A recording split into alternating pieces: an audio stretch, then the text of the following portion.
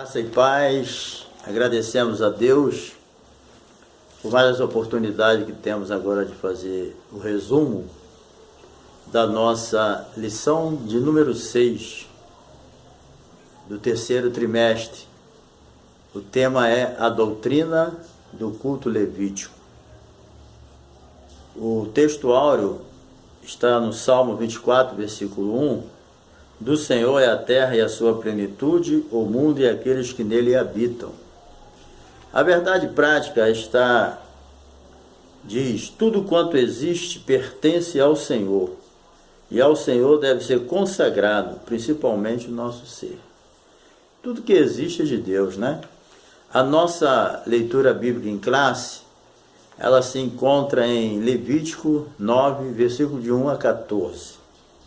O objetivo geral aqui é explicar que tudo quanto existe pertence ao Senhor e ao Senhor deve ser consagrado, principalmente ao nosso ser. Então a lição de hoje, ela mostra Deus como Criador de tudo, né?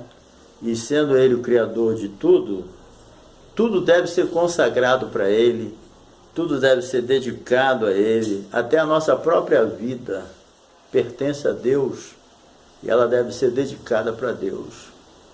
Nós não somos mais de nós mesmos. Nós vamos estudar tudo isso nessa lição aqui, nessa síntese, certo? E os tópicos estão nos objetivos específicos,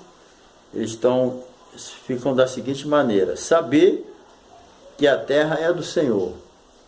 Segundo, mostrar que os animais e vegetais são do Senhor também. Terceiro, compreender que o ser humano é do Senhor. Então nós vamos estudar aqui a doutrina do culto levítico.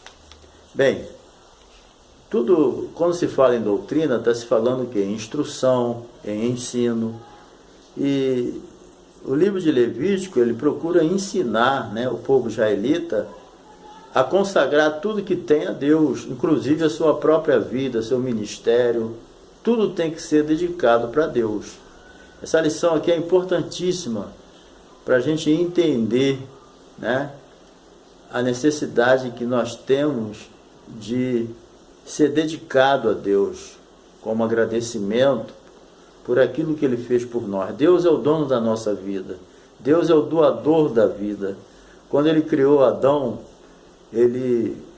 do pó da terra, de todas aquelas substâncias do pó da terra, Ele soprou a vida em Adão. Então a vida vem de Deus. A partir daquele momento, Adão passou a ser uma pessoa, a imagem e semelhança de Deus. Então tudo vem de Deus, a vida vem de Deus. O dom da vida, quem dá é Deus, E o ser humano, infelizmente, ele não quer entender isso, ele não aceita. Ele acha que ele é dono do nariz dele para fazer o que ele quiser. E um dia ele vai dar conta de tudo isso. Então nós vamos ver aqui, a terra é do Senhor. A terra é do Senhor, o primeiro tópico diz, Deus é o Criador do céu e da terra.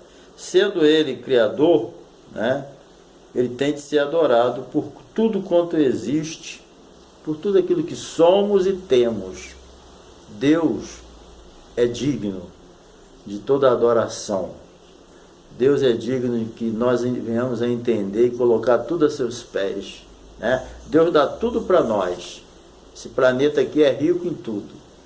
E tudo que Deus nos dá, nós temos que botar aos seus pés. Nós somos aqui mordomos desse mundo.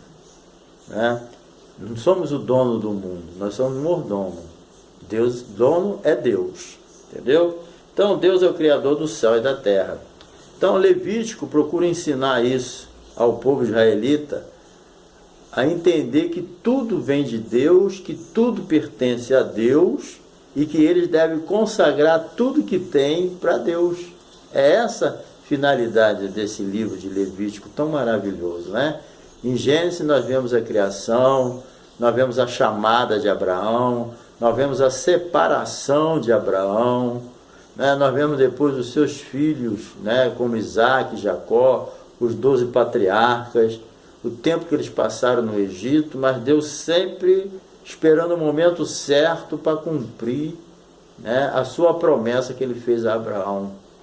Então Deus, quando chega no livro de Êxodo, o que Deus faz? Deus chama esse povo para que as promessas que ele fez a Abraão, Isaque e Jacó venham se cumprir, né? Então ali Deus separa o povo de Israel, tira da prisão do Egito e traz para a terra de Canaã. E o livro de Levítico vai ensinar o povo como eles devem viver. O livro de Levítico vai ensinar a eles que a terra é do Senhor, que tudo que tem na terra é de Deus, e tudo que eles têm eles devem consagrar a Deus através das ofertas que representavam, através dos dízimos, tudo, né? Era uma forma deles entenderem que do Senhor é a terra e a sua plenitude, né? Então, Deus ensina isso através dos sacrifícios, das ofertas, e que nenhum ídolo pode tomar o lugar de Deus. Quem é o ídolo? Paulo escreveu que por trás dos ídolos estão os demônios, entendeu? Então, quem é que pode se comparar com Deus? Como é que eu vou... Deus fala lá em Isaías, a pessoa vai e corta uma árvore, dali ele faz um ídolo e depois se prostra diante daquilo dizendo, me ajuda, né? Tem boca, mas não fala, tem nariz, mas não cheira, tem ouvido, mas não escuta, tem olho, mas não vê, tem pé, mas não anda, tem mão, mas não apalpa, não serve para nada, só para enganar mesmo, né? Vamos adorar a Deus, Deus que é digno de toda honra, toda glória, todo louvor, né? Bem, número 2 aqui, Deus é o libertador de Israel. Então, esse livro de Levítico também, ele ensina, né, Israel, que Deus é o libertador do seu povo, entendeu? Por isso que nenhum rei israelita, ele poderia comparecer a Deus, diante de Deus, de mão vazia. Porque quem libertou Israel do Egito foi Deus. Deus levantou Moisés como um grande libertador, para libertar o povo de Israel do Egito. Então, isso aí teria que gerar em Israel o quê? Uma grande gratidão, né? Israel nunca poderia comparecer diante de Deus de mão vazia.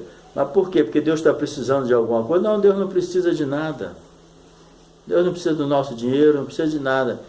O que Deus queria aqui era ensinar o povo a ser grato. O que Deus queria aqui era um reconhecimento do povo de Israel. Deus não precisa de dinheiro mesmo, Deus não precisa de oferta. Tudo isso aí são ensinamentos para que o povo entendesse que tudo que existe é de Deus e que nós temos que ser agradecidos. Tem que ter gratidão. Deus estava ensinando aquele povo a reconhecer, a ter gratidão no coração para com o seu Criador, né? Isso que Deus ensinava. Libertador. Deus queria que eles entendessem, olha, eu tirei vocês da mão de Faraó, eu tirei vocês da escravidão. O que eu quero de vocês, sabe o que é? É reconhecimento, é que vocês sejam agradecidos. Porque se vocês forem agradecidos a mim, vocês vão ser felizes. Porque eu que libertei vocês da escravidão e vou levar vocês para uma terra que mana leite e mel. Então, gratidão é que Israel tinha que ter pela libertação. E nós também. Nós fomos libertados do pecado. Fomos trazidos das trevas para a maravilhosa luz de Deus. Precisamos ser agradecidos também. Tem crente que é muito ingrato. Ele não agradece a Deus por nada. Ele acha que Deus tem a obrigação de fazer tudo por ele. Deus te libertou do poder das trevas, te libertou da mão do diabo, do pecado, da carne, te trouxe para a luz. Por que nós não vamos ser agradecidos a Deus? A gente merece alguma coisa? Não. Mas Deus dá porque Ele é bom. Deus é bom. Tá? Terceiro aqui, Israel, o templo de Deus. Por quê? O que Levítico ensina? Que Israel tinha que ser uma comunidade de adoração. O que Deus está querendo dizer quando tem Israel como templo de Deus? Israel era o lugar aonde o povo poderia encontrar Deus. Deus é onipresente? Ele está em todo lugar. Deus é onipotente, onipresente, onisciente, certo? Deus está em todo lugar, mas para uma experiência com Deus, Israel era o templo de Deus. O que Deus está querendo dizer? Olha, Israel é o lugar certo para vocês encontrar Deus. Era essa a intenção de Deus. É fazer com que Israel fosse o endereço de Deus, né? Fosse o lugar onde Deus pudesse ser encontrado. Quem quisesse conhecer Deus, quem quisesse aprender de Deus, precisava fazer parte da comunidade de Israel através da circuncisão. Era essa a intenção de Deus, né? Então, os israelitas, né, eles eram o caminho certo para que qualquer nação quisesse conhecer a pessoa de Deus. Por isso que Israel é chamado de o templo, né? Agora, quem é o templo de Deus hoje? A igreja, né? A pessoa vai em contato com a igreja, as pessoas ouvem a palavra de Deus, as pessoas aprendem a palavra de Deus, as pessoas se batizam, a fé vem pelo ouvir. É na igreja que a gente cresce espiritualmente, na graça e no conhecimento do Senhor Jesus, né? A igreja hoje é o templo do Espírito Santo, né? Nós individualmente também somos o templo do Espírito Santo, pelo sangue de Jesus que nos purifica de todo pecado, né? Então, esses três tópicos ficam para trás. Deus é o Criador dos céus e da terra, Deus é o libertador de Israel, Israel deve ser agradecido por isso, e Israel é o templo de Deus, né? Porque essa é a situação. Agora, veja bem, o pensamento judaico tradicional, ele vê significado em tudo. Por exemplo, Arão, ele tinha que comparecer na hora do sacrifício, ele apresentava um bezerro. E os judeus, ele acha que esse bezerro era para lembrar o bezerro de ouro que eles fizeram, né? Interessante isso. É uma comparação bem interessante. E o bode, né, simboliza também, eles pensam assim, uma tipologia, né, de que quando José foi vendido como escravo, e eles mataram um bode, os irmãos dele, né, para enganar Jacó, mataram um bode e sujaram a roupa de José de sangue, para dizer que José tinha sido comido por uma fera qualquer. E também o cordeiro aqui, que simboliza, né, aquele cordeiro que morreu no lugar de Isaac, né? Isaac que ia morrer. Deus pediu Isaac, mas depois, né, foi só uma prova para Abraão. E quem morreu foi, né, o cordeiro que apareceu lá. Então, o pensamento judaico tradicional sempre vê significado em cada detalhe desse processo, né? Então, veja bem, o carneiro era a lembrança da obediência de Abraão em amar Isaac.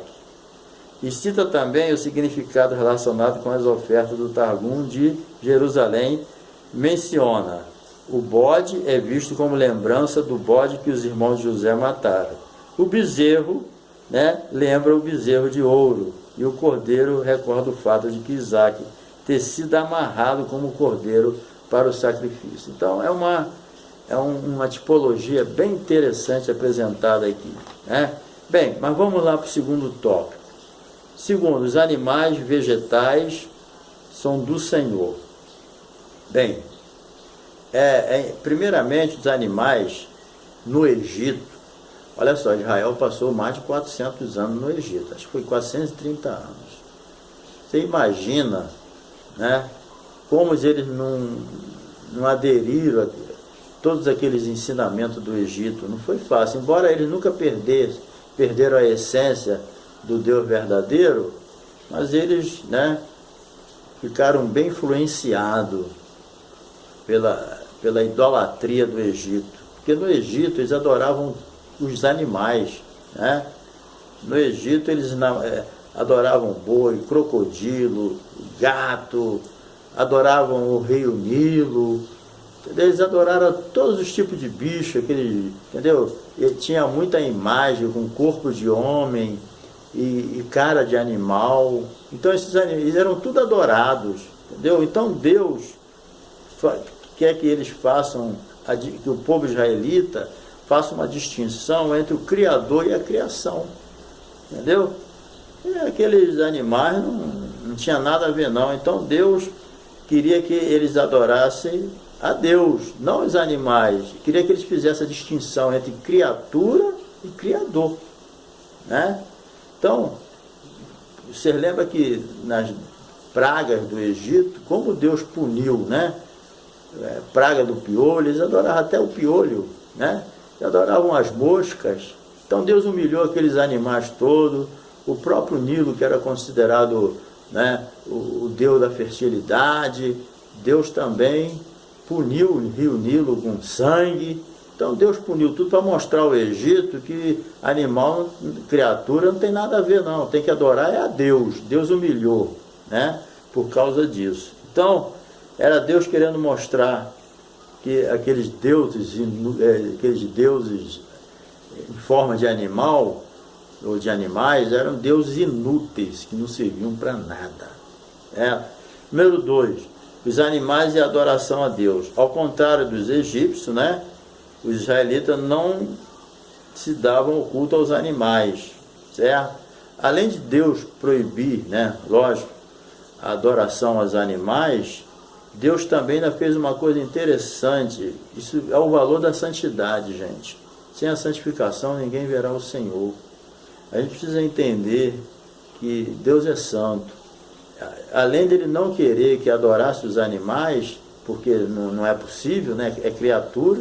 Os animais são importantes para a nossa alimentação, e os animais têm o seu valor, mas não pode adorar aos animais. E Deus fez a distinção entre os animais limpos e os animais impuros, entendeu? Então, Israel precisava, além de não adorar a imagem, ele tinha que saber fazer a distinção do puro para o impuro. Nesse sentido, o povo de Israel sabia que os animais não são deuses, e sim criaturas que Deus sustenta, né? Deus sustenta os animais. Então, queridos, vocês vejam que hoje ainda existem milhões de pessoas adorando animais. Milhões. Tem pessoas que adoram gato, adoram cachorro. Na Índia, né, um animal que é adorado e respeitado. Ninguém pode, se ele estiver na rua parado, o carro tem que esperar ele sair. A vaca é adorada na Índia. Se ela chegar numa feira, ela come tudo que ela quiser, ninguém faz nada. E quem tocar nela morre. Então vocês veem que os animais ainda são adorados em muitos países. Pessoas, sabe por quê? Porque não conhecem Deus. Não conhecem o Deus verdadeiro. Por isso que Jesus falou: conhecereis a verdade, e a verdade vos libertará. Existem dois tipos de ignorância. A ignorância involuntária, quando a pessoa não é culpada da sua ignorância, e a ignorância voluntária, quando a pessoa é ignorante porque quer. Ele se recusa a conhecer a verdade. Ele não quer, ele tem a verdade na mão, mas ele não quer conhecer. Ele vive na ignorância e vai dar conta. Deus só não leva em conta a ignorância quando a ignorância é involuntária. A culpa não é da pessoa. Mas quando a pessoa é ignorante porque quer, porque despreza a palavra de Deus, aí é problema dele, ele vai dar conta. Entendeu? Então, terceiro, os vegetais e a adoração a Deus. Certo? Os vegetais, querido, é o fruto da terra que Deus fez para nós. É para a gente cultivar, se alimentar, não é para ser adorado. O panteísmo adora tudo, né? Adora a natureza. Nós não podemos adorar a natureza. A pessoa chama até a terra de mãe terra. A terra não é mãe. A terra não é a mãe. Nesse sentido de adoração, não. Nós não podemos adorar a natureza. Nós temos que adorar o Criador. A natureza, ela não pode ser adorada. Deus condena a idolatria da natureza. não vamos, em hipótese alguma. Os frutos da terra servem para louvar e enaltecer a Deus, né? As plantas, elas tiram da terra os nutrientes necessários. Tem, por exemplo, tem algumas árvores, alguns frutos, algumas hortaliças, que elas são ricas em vitamina A, outras são ricas em cálcio, outras são ricas em magnésio. Por quê? Outras são ricas em fósforo, porque elas extraem isso do solo. É para isso, não é para ser adorado. E dali vem o nosso alimento necessário para o nosso organismo. Cada uma escolhe um tipo já feita por Deus, um milagre. Cada uma é rica, uma é rica em cálcio, outra é rica em fósforo. Quer dizer, a própria planta, ela retira do solo aquilo que a sua natureza foi feita. Quem fez? Foi Deus. Como é isso? Ninguém sabe, é um milagre. É um milagre, entendeu?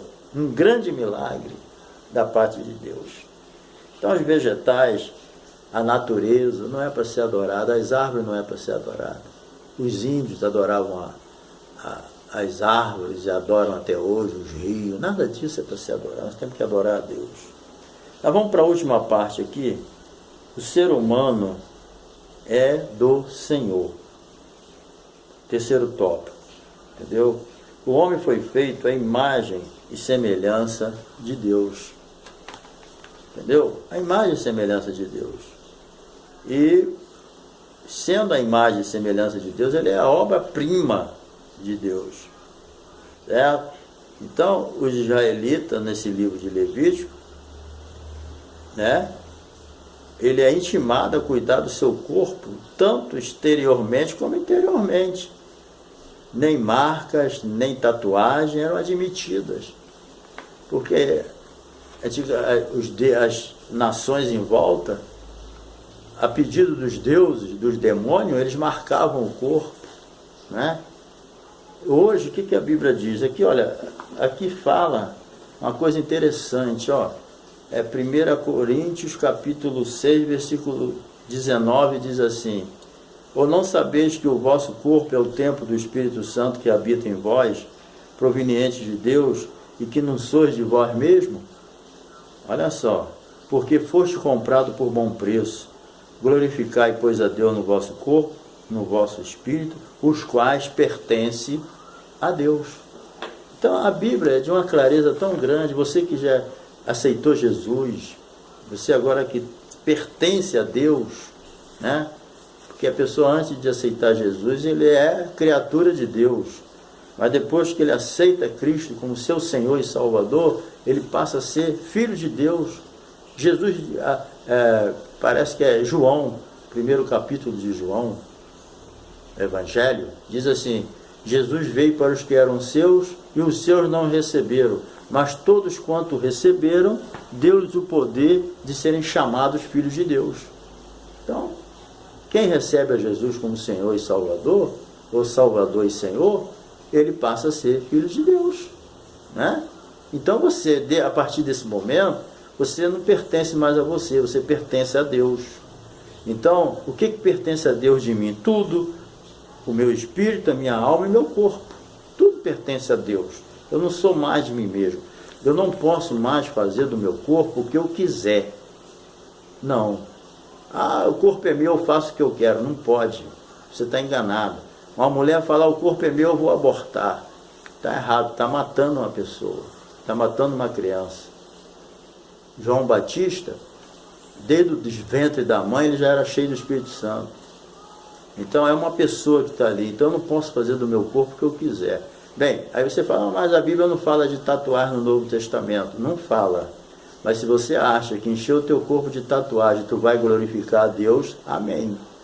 Eu não faria isso. Eu não acho que eu vou glorificar a Deus enchendo o meu corpo de tatuagem. A Bíblia diz aqui bem claro, eu vou ler, ó.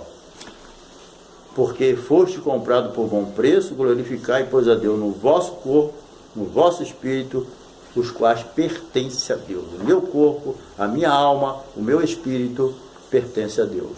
Então, eu tenho que cuidar bem do meu corpo. O meu corpo não é para prostituição. O meu corpo não é para tentar o sexo oposto. Não, o meu corpo não é para isso. Para me tentar o sexo oposto. Eu tenho que ter uma roupa que glorifique a Deus, não a carne. Pelo menos é o que a Bíblia ensina, tá? Bem, então o meu corpo, tanto exterior como interior. Se a sociedade, ela não olha o interior, ela vê o exterior. E Deus vê o interior. Então eu tenho que cuidar do interior porque Deus vê.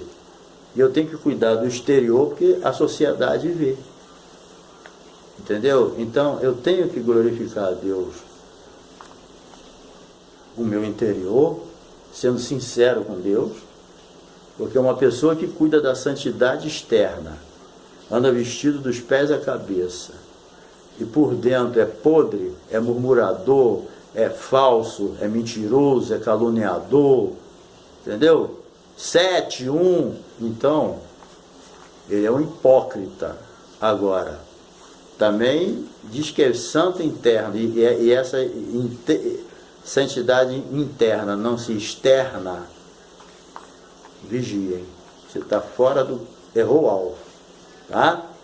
Então, número 2, a vida humana é sagrada. Hoje a vida está tão banalizada que os caras matam à toa, entendeu?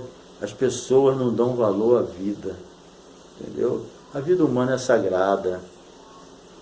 Só Deus é que pode tirar a vida, porque só Ele é que pode dar. Mas ninguém pode tirar a vida de ninguém, entendeu? A vida humana é sagrada, ela não pode ser banalizada, em hipótese alguma, certo? E Deus aqui ensina os israelitas a consagrar sua descendência também, certo? Porque muitos entregavam seus filhos para os ídolos, entendeu? Então Deus procura ensinar a Israel que eles são o pai, a mãe, os filhos, a família toda são propriedade exclusiva de Deus. Entendeu?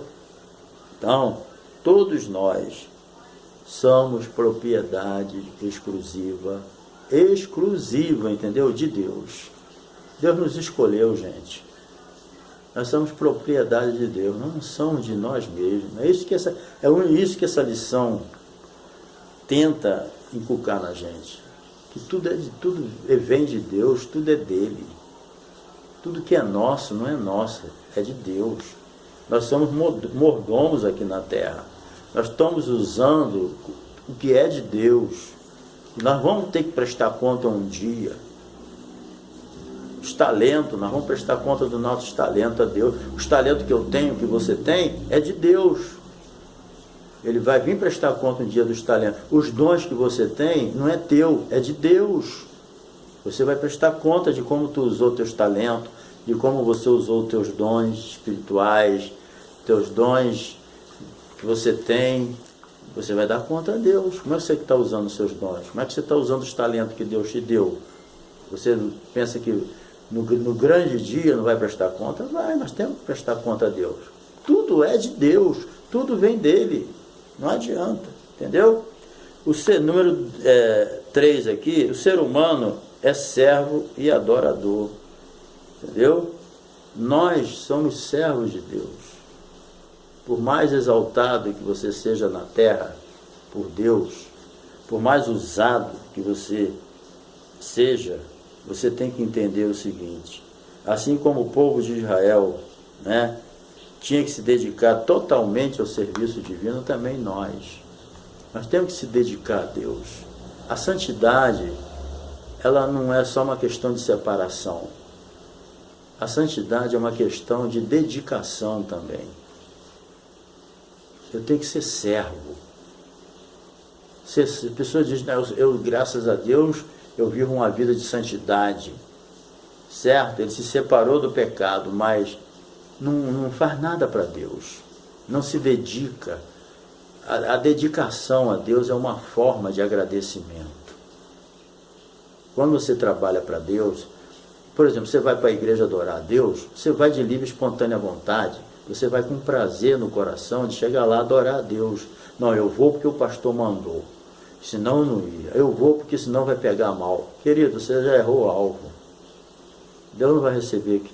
Que adoração você tem que dar, você tem para dar a Deus? Se você vai obrigado, faz tudo obrigado, Deus não recebe. Deus quer sacrifício de louvor. Apresentai o vosso corpo em sacrifício santo, vivo e agradável ao Senhor, que é o vosso culto racional. Deus quer espontaneidade, Deus quer prazer. Nós temos que ir para a igreja com prazer, nós temos que ir para a igreja com alegria, servir ao Senhor com alegria. É isso que Deus quer. Esse sacrifício que Deus quer de você. Sirva a Ele com alegria, que Deus te recompensa. Quantas pessoas estão servindo a Deus com alegria, né? E de repente lá ele é curado, ele é abençoado, ele é renovado, porque ele serve a Deus com prazer. Ele é uma pessoa que reconhece o que Deus fez na vida dele. E o último aqui, o sacrifício pacífico, né? Esse aqui é muito importante, certo? Essa gratidão, entendeu? Que nós temos que ter. Ser grato a Deus. Sacrifício pacífico. Teologia do livro de Levítico tinha por objetivo, antes de tudo, levar o israelita a servir. Olha só, isso é que é importante para a igreja hoje, como foi para eles no Velho Testamento. É servir a Deus voluntária e amorosamente. É isso que Deus quer da gente. Voluntariedade. Prazer de fazer as coisas de Deus. Se você faz a obra de Deus de forma voluntária, se o teu foco é agradar a Deus, você já está abençoado. Entendeu? A pessoa pode viver do Evangelho, ele pode ter vários motivos para fazer a obra de Deus, mas a razão principal é que você é um voluntário, como uma certa ocasião, quando Isaías foi purificado do seu pecado, ele reconheceu que ele era um homem de lábios impuros, vivia no meio de um povo de impuro lábio, ele tinha visto o Senhor, o anjo veio e purificou ele com aquela tenaz, com aquela brasa. Aí depois de purificado o seu pecado, consertado a sua vida, ele ouviu uma voz que disse: a quem enviarei? E quem há de ir por nós? Deus não falou o nome de Isaías, não. Ele só lançou no ar. Aí voluntariamente o profeta Isaías disse: eis-me aqui, envia-me a mim. É isso que Deus quer da gente, tá? Então, seja um voluntário de forma amorosa, servir ao Senhor com alegria, tá bom? Então, essa síntese aqui que eu tinha que apresentar a vocês, a revista é essa. Professor, dá uma boa aula, tá? Isso aqui é uma síntesezinha, né? Não dá para ser mais. É só uma síntesezinha, mas você pode dar uma aula bem gostosa, prepara a aula, não fuja do assunto, tá? Se você fugir do assunto, aí... E cuidado com aqueles alunos também que tira a pessoa da direção. Fica fazendo pergunta que não tem nada a ver. Tá certo que aqui ou ali a gente pode fazer uma perguntinha fora, mas não saia da lição, não. Que tem aluno que parece que ele nem leu a lição, ele chega lá cheio de ideia, certo? Aí você vai na onda dele, aí você foge do assunto. Tem pessoas que vai ali para ouvir o que está na revista. Então, enriqueça a tua aula, mas não saia do assunto, certo? Explique o que está legal ali, amplia o assunto, fugir não, tá bom? Então, se alguém vier, professor, e não, depois a gente vê isso, vamos ficar dentro da lição, tá bom? Que Deus te abençoe. E se esse vídeo serviu para você, você pode dar um like aí, você pode se inscrever no meu canal, tá bom? Vou ficar feliz de você se inscrever no meu canal, porque sempre a gente vai ter uns estudozinhos lá para você, tá bom? Um abração e até domingo, tá bom? E depois até a próxima aula. Semana que vem nós estamos de volta. Um abração, tá? Deus te abençoe.